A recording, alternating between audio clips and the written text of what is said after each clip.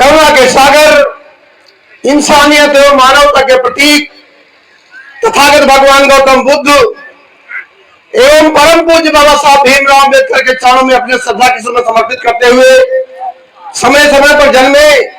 समाज के तमाम समाज सुधारकों के चरणों में श्रद्धा के समय समर्पित करते हुए आज इस पावन भूमि पर उपस्थित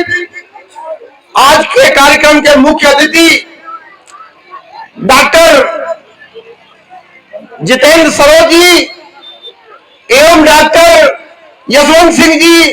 आपके इस पावन भूमि में उपस्थित हैं। मैं इस सर्व समाज के तरफ से एवं इस क्षेत्र की तमाम जनता की तरफ से आपको बहुत बहुत साधुवाद देता हूं और नमो बुद्धाय जय भीम करता हूं कि आप हमारे इस रायबरेली जिले के लिए इस क्षेत्र के लिए शोभा बढ़ाने का काम किया है। बहुत बहुत साधुवाद, बहुत बहुत साधुवाद। इस क्षेत्र के जो भी कार्यकर्ता है, जिन लोगों ने इस कार्यक्रम को बेहतरीन कार्यक्रम को आज आयोजित किया है, महाराजा बिजली पासी एवं तमाम पासी महाराजाओं के संबंध में अपने इतिहास को जानने के लिए जो यह कार्यक्रम किया गया है, मैं उन सभी लोगों को बहुत बहुत साधुवाद देता हूं। आज उपस्थित हमारे बीच में जिला अध्यक्ष श्री चंदन सोनकर जी एवं जो आपके सामने हमारे YouTube चैनल के ऑडिटर MP सम्राट जी को मैं बहुत बहुत साधुवाद देता हूं जो इस कार्यक्रम को बहुत अच्छे तरीके से लाइव कर रहे हैं। तथा मैं साथियों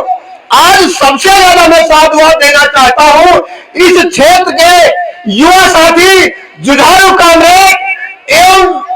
युवा समाज सेवी श्री आलोक बौद्ध जी को, जो हमारे छोटे भाई एवं छोटे बच्चे की तरह है, जिन्होंने इस क्षेत्र में जो बुलंदी आपके बीच में दर्शाई है, किस कामना को लेकर के वो चले हैं, उनके तमाम जो गुरुजन लोग हैं जिनकी सरपरस्ती में जैसे उनके गुरुजी JP बौद्ध जी हैं और तमाम साथी जिनकी सरपरस्ती में, जिनके संरक्षण में आलोक बौद्ध जी दिनों दिन इस क्षेत्र की जनता को, हमारे नवयुवक साथियों को आगे बढ़ाने का कार्यक्रम कर रहे हैं। मैं आपको एक जानकारी और देना चाहता हूं, आलोक बौद्ध जी के ही नेतृत्व में एवं इनकी तमाम नौजवान साथियों की टीम की तरफ से जो 14 अप्रैल को हर साल प्रतिवर्ष साल के 10 साल संख्या बढ़ती जा रही है। इस बार आप लोगों ने देखा होगा कम से कम 10 हजार लोग, 10 हजार हमारे नवयुवक साथी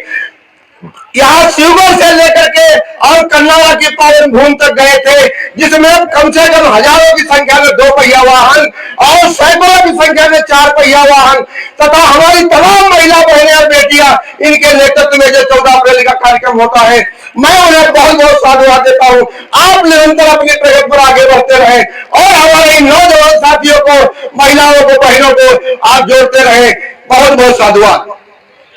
साथियों, हमारे संचालक जी ने कहा कि सर 2 मिनट में मैं कहां शुरू करूं, कहां खत्म करूं, क्योंकि आज महाराजा बिजली पासी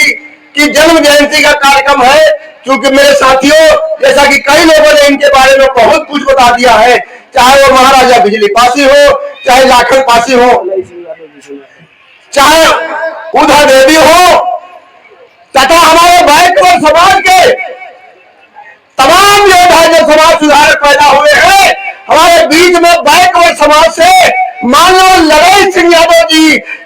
को भी मैं अपनी तरफ से, अपने साथियों की तरफ से बहुत बहुत साधुवाद देता हूं। हमारे मानव लड़ाई सिंह यादव जी ने जो सच्ची रामायण की चाबी लेकर के हमारे समाज के लोगों को पढ़ाने का काम किया है और जो काल्पनिक देवी देवताओं के ऊपर उन्होंने जो अपनी टिप्पणी की है, वह टिप्पणी यहाँ लोअर कोर्ट से लेकर के हाई कोर्ट तक और हाई कोर्ट से लेकर के देश की सबसे बड़ी अदालत जो सुप्रीम कोर्ट है, वहां पर 1976 में उन्होंने जीत करके और तमाम काल्पनिक देवी देवताओं का झूठा साबित करके और एक नई सच्ची रामायण लेकर के हमारे समाज के लोगों के सामने पेश की है।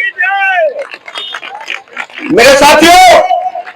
मैं एक छोटी सी घटना बाबा साहब के बारे में बताना चाहता हूं। संचालक जी 2 मिनट समय लूंगा, बहुत ज्यादा नहीं लूंगा। हमारे समाज में जब हमारा देश 1947 को आजाद हुआ, उसके बाद संघ लोक सेवा आयोग की जो जिससे हमारे IAS और RPS के बच्चे प्रतियोगिता से निकल करके आते हैं। हमारे देश का एक पहला लड़का जो आईएएस की डिग्री लेकर के और जिले का कलेक्टर बनकर के आया था। बाबा साहब उस समय कानून मंत्री थे। बाबा साहब ने उस लड़के को जो नया नया कलेक्टर बनकर के नया नया आईएएस बनकर के आया था, उसको बाबा साहब ने अपने बंगले 26 अलीपुर रोड दिल्ली पर उन्होंने आमंत्रित किया।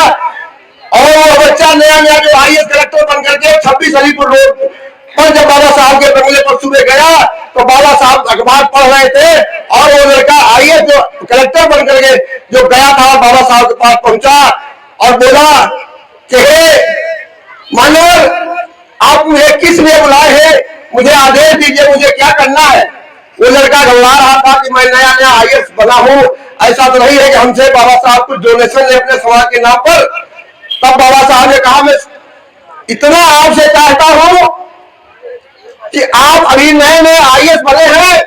आपको सरकार की तरफ से एक लाल बत्ती गाड़ी मिली होगी, पुलिस का स्क्वाड मिला होगा और आपके पीछे तमाम प्रशासनिक लाओ लश्कर के साथ तमाम अमला आपके आगे पीछे चलता होगा। मेरा आपसे बस सिर्फ इतना कहना है कि आप जिस गांव से निकल करके देश की सबसे बड़ी पोस्ट, जिसे आईएएस की पोस्ट, जिसे कलेक्टर की पोस्ट कहा जा सकता है, वहां पर आप पहुंचे हैं। तो मैं आपसे सिर्फ इतना ही चाहता हूं कि आप अपने लाल लश्कर के साथ उस लाल बत्ती के